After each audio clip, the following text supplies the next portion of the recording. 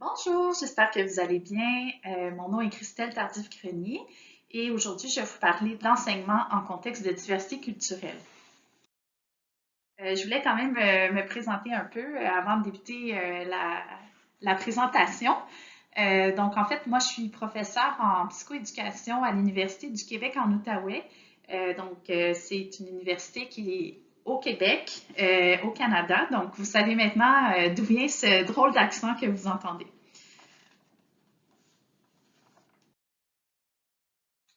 Évidemment, je n'ai pas mené cette étude-là seule, donc je travaille avec mes collègues Mélissa Goulet, Marie McAndrew et Isabelle Archambault, qui sont professeurs en psychoéducation ou en éducation. Donc, comme dans plusieurs endroits dans le monde, au Québec, on a une population scolaire qui est de plus en plus diversifiée parce qu'on accueille de plus en plus d'immigrants. Juste pour vous donner une idée, à Montréal, qui est la métropole du Québec, on a 60% des élèves qui sont issus de l'immigration et on recense plus de 200 langues parlées chez ces élèves. Ces élèves-là doivent composer avec certains défis. Parfois, ils doivent apprendre une deuxième, troisième langue. Ils doivent s'adapter à une nouvelle culture. Mais c'est très important de comprendre que la diversité culturelle dans une école, c'est pas un problème en soi. En fait, c'est la manière dont les différents acteurs vont y répondre qui va faire en sorte que ça va devenir une difficulté ou au contraire une force dans un milieu. Et parallèlement à ce phénomène de diversification chez les élèves, bien, en fait, on constate une grande homogénéité culturelle chez les enseignants. Donc, typiquement, les enseignants au Québec vont être des femmes blanches et de classe moyenne. Donc, les enseignants se retrouvent à enseigner en contexte de diversité culturelle. Et ça peut poser des défis pour bon nombre d'enseignants, surtout que ça vient s'additionner à d'autres caractéristiques des élèves de la classe, comme par exemple les difficultés d'apprentissage, les problèmes de comportement. Donc, ça fait beaucoup de différenciation à conjuguer dans l'enseignement. Et il y a des études qui ont montré que c'était plus facile pour l'enseignant de tisser des liens avec les élèves dont ils partagent les références culturelles. Les enseignants aussi ont tendance à évaluer plus positivement les élèves de même origine ethnique qu'eux et à avoir des attentes plus faibles envers les élèves de minorités visibles. Évidemment, tout ça se fait de manière inconsciente, donc c'est pas quelque chose de voulu chez les enseignants, ça se fait vraiment par des biais inconscients. Par contre, c'est pas tous les enseignants qui ont les mêmes attitudes, les mêmes pratiques face à la diversité. Il y a une variabilité entre les individus et c'est justement ce qui nous intéresse aujourd'hui. Il y a différentes manières de définir la diversité culturelle, mais la définition qu'on a retenue, c'est celle des divergences par rapport à ce qui caractérise la culture dominante.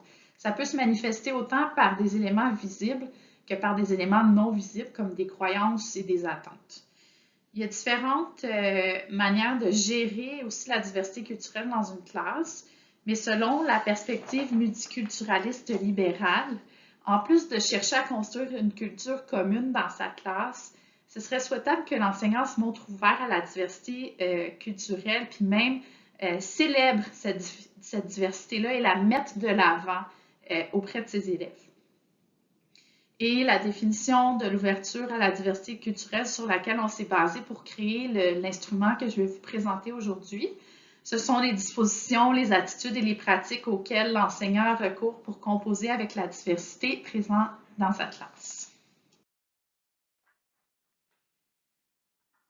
On peut très facilement envisager qu'un enseignant qui se retrouve à travailler dans une classe où il y a une grande diversité culturelle va être plus satisfait professionnellement si il présente une ouverture plus grande à la diversité culturelle. Donc, on va regarder aussi dans cette étude-là quels sont les liens entre l'ouverture à la diversité et la satisfaction professionnelle.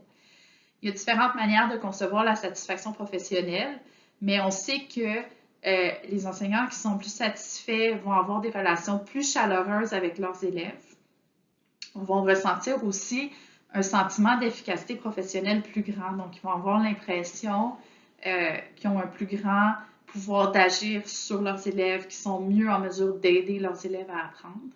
Et enfin, les enseignants satisfaits au plan professionnel vont être aussi plus satisfaits par rapport au comportement et aux apprentissages de leurs élèves.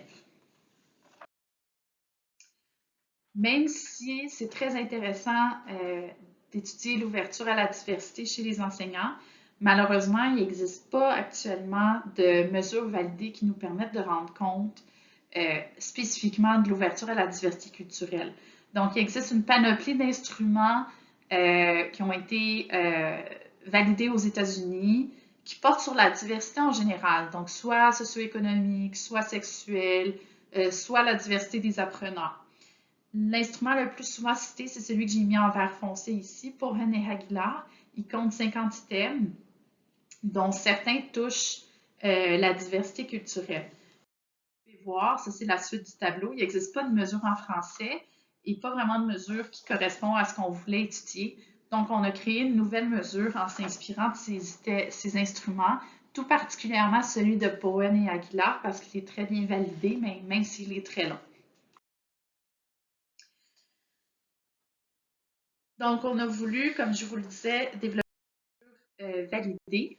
Donc, on a créé un instrument en 2 facteurs. Le premier concerne les dispositions de l'enseignant face à la diversité. Donc, on est vraiment ici au niveau des croyances, des cognitions. Je ne vais pas vous lire tous les items, mais par exemple, je trouve enrichissant de travailler avec des jeunes issus de différentes origines ethniques. C'est un des items dans ce facteur-là. Il y a un deuxième facteur qui concerne davantage les pratiques qui vont permettre de mettre en valeur la diversité dans la classe. Donc, par exemple, le matériel pédagogique dont je dispose reflète bien la réalité culturelle des élèves de ma classe. On a soumis ce questionnaire-là à un groupe d'experts qui nous a fait des recommandations et qui nous a permis de bonifier cette première version. Ensuite, on postule que, comme je vous le disais, les enseignants qui sont plus ouverts à la diversité vont également avoir davantage de satisfaction au plan professionnel. Donc, on retrouve les 3 indicateurs que j'ai évoqués plus tôt. Contrôlés pour un ensemble de variables qui concernent notamment l'expérience en enseignement en général, mais aussi auprès d'une clientèle multiethnique, le sexe de l'enseignant, et aussi on a créé une variable agrégée qui permet de rendre compte du niveau de problématiques qui sont présentes dans la classe, donc les symptômes d'inattention, les problèmes de comportement et le désengagement des élèves. Comment on a procédé? Donc, on avait 69 enseignants, 68% de femmes, la plupart nées au Canada et qui comptaient en moyenne 7 à 15 ans d'expérience en enseignement, qui étaient titulaires de classes de 3e à 6e année du primaire. Donc, pour que vous puissiez comprendre à quoi je réfère, parce que c'est le système québécois, ce sont des élèves qui sont âgés entre 9 et 12 ans, qui provenaient de 5 écoles en milieu défavorisé et multiculturel à Montréal. Donc, les enseignants ont répondu à un questionnaire à 2 reprises au cours d'une même année scolaire. Et pour beaucoup de variables, on utilise des grilles comme ça où on a une question. Donc, par exemple, ici, c'est une question de la relation maître-élève. Et on a les noms de chaque élève de la classe qui sont inscrits ici. Et pour chaque élève, l'enseignant va venir cocher jusqu'à quel point l'énoncé s'applique à sa relation avec cet élève ou jusqu'à quel point cet élève-là présente, par exemple, des signes de désengagement. Donc, toutes les mesures ont été prises auprès des enseignants, même celles qui concernent les comportements des élèves. La plupart des échelles qu'on a utilisées sont des échelles validées, exception faite de quelques échelles maison. Donc, vous pouvez les voir. Revenir si vous le souhaitez là, pendant la période des questions. Je suis consciente que ça passe très rapidement. Et au niveau de la stratégie d'analyse, dans un premier temps, on a fait des analyses descriptives. Ensuite, on a fait des analyses factorielles exploratoires où on a testé la structure de l'instrument qui est représenté ici sur la figure. Et ensuite, on a fait des équations structurelles où on a entré le construit latent dans un modèle à l'aide de M+.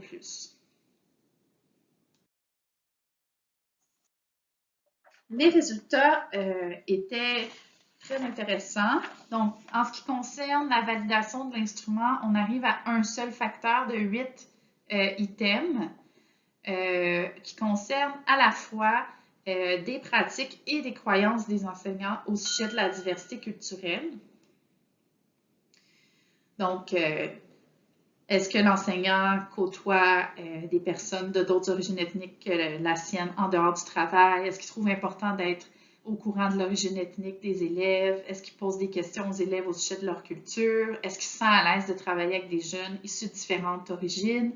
Est-ce que la diversité est mise en valeur par différents moyens dans la classe? Est-ce qu'il y a des livres qui abordent les différences ethniques et culturelles? Est-ce que les activités proposées tiennent compte de la réalité culturelle des élèves? Puis, est-ce que l'enseignant utilise des exemples provenant d'autres cultures lorsqu'il explique des concepts ou des idées à ses élèves? Au niveau des analyses prédictives entre l'ouverture et la satisfaction professionnelle, c'est représenté sur la figure ici par les lignes qui sont en gras. Donc, plus l'enseignant fait preuve d'ouverture, plus il va avoir des liens chaleureux avec ses élèves, plus il va être satisfait des comportements et des apprentissages de ses élèves, mais moins il va se sentir efficace professionnellement. Et ça, c'est vrai en contrôlant pour des variables qui sont propres aux élèves et également les variables qui sont propres à l'enseignant, son expérience et son genre. Donc, le fait qu'on ait un facteur unique alors qu'on s'attendait à avoir deux facteurs, un qui concerne les croyances, un qui concerne les pratiques, est finalement pas si surprenant que ça parce que les pratiques vont être très liées, très corrélées aux croyances. Donc, c'est cohérent, dans le fond, avec des travaux qui montrent que ces deux aspects-là sont étroitement liés. Donc, plus l'enseignant va avoir des pensées d'ouverture face à la diversité culturelle, bien évidemment, plus il va adapter ses pratiques en conséquence. Donc, on se rend compte que ces deux notions-là sont en constante interaction puis vont même se superposer. Donc, c'est pour ça probablement que ça a fusionné en un seul facteur.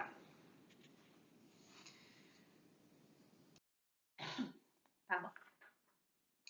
Ensuite, lorsqu'on regarde les associations avec la satisfaction professionnelle, bien, tel qu'attendu, plus l'enseignant fait preuve d'ouverture à la diversité de ses élèves, plus il va trouver facile, par exemple, de bien comprendre les sentiments de ses élèves et les élèves vont aussi en retour partager davantage ce qu'ils vivent et leurs expériences avec leur enseignant, donc ils ont des relations plus chaleureuses. L'enseignant qui fait preuve d'ouverture à la diversité culturelle va également être plus satisfait par rapport au comportement et à la qualité des apprentissages de ses élèves. Et enfin, de manière plus surprenante, les enseignants qui rapportent être plus ouverts face à la diversité culturelle de leurs élèves vont avoir un sentiment d'efficacité plus faible. Donc, ils vont avoir l'impression d'avoir moins de contrôle, d'impact sur la réussite de leurs élèves. Ils vont avoir l'impression qu'ils ont moins de capacité à gérer les problèmes, les difficultés des élèves. Ils vont avoir moins l'impression de faire une différence dans la vie de leurs élèves. Comme on a contrôlé pour les caractéristiques des élèves de la classe, on peut se demander si les enseignants qui sont plus ouverts à la diversité sont peut-être plus sensibles à la réalité de leurs élèves et peut-être par le fait même plus conscients des nombreux défis que pose l'enseignement dans un tel contexte, de l'hétérogénéité des profils que présentent leurs élèves et peut-être que par conséquent, ils se sentent moins efficaces dans leur travail.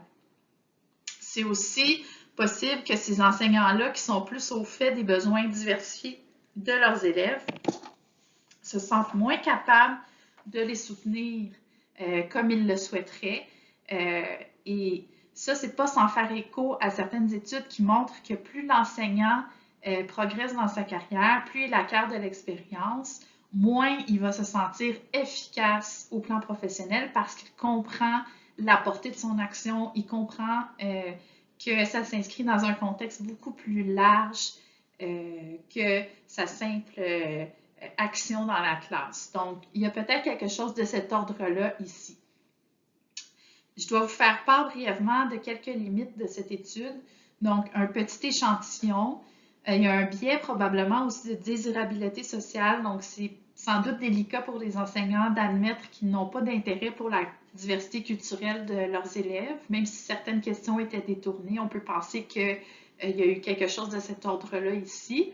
Et le fait que les données reposent uniquement sur la perception des enseignants, c'est aussi une limite que je me dois de souligner. Ça aurait été évidemment très intéressant de sonder les élèves, notamment en ce qui concerne la relation maître-élève. J'aimerais conclure en vous disant que l'ouverture à la diversité culturelle, c'est un concept qui est très peu étudié, mais qui mérite qu'on s'y attarde. Parce que c'est un aspect qui a des impacts sur les attitudes des enseignants envers les élèves, mais aussi sur les relations qu'ils entretiennent avec eux. Mais ce que j'aimerais aussi que vous reteniez, c'est que ce n'est pas la seule responsabilité des enseignants, cette ouverture-là à la diversité. Ça dépend aussi du climat dans l'école, du soutien que l'enseignant va recevoir de ses collègues, de la formation qu'il a reçue, de ses expériences personnelles. Donc, ce n'est surtout pas la conséquence de mauvaises intentions. Les références. Je voulais me terminer en vous remerciant en tahitien. Je n'oserais pas me risquer à prononcer merci en tahitien, mais j'ose espérer que vous pourrez me renseigner comment le prononcer lorsqu'on aura la chance de discuter ensemble. Donc, je vous remercie pour votre attention et au plaisir de vous rencontrer.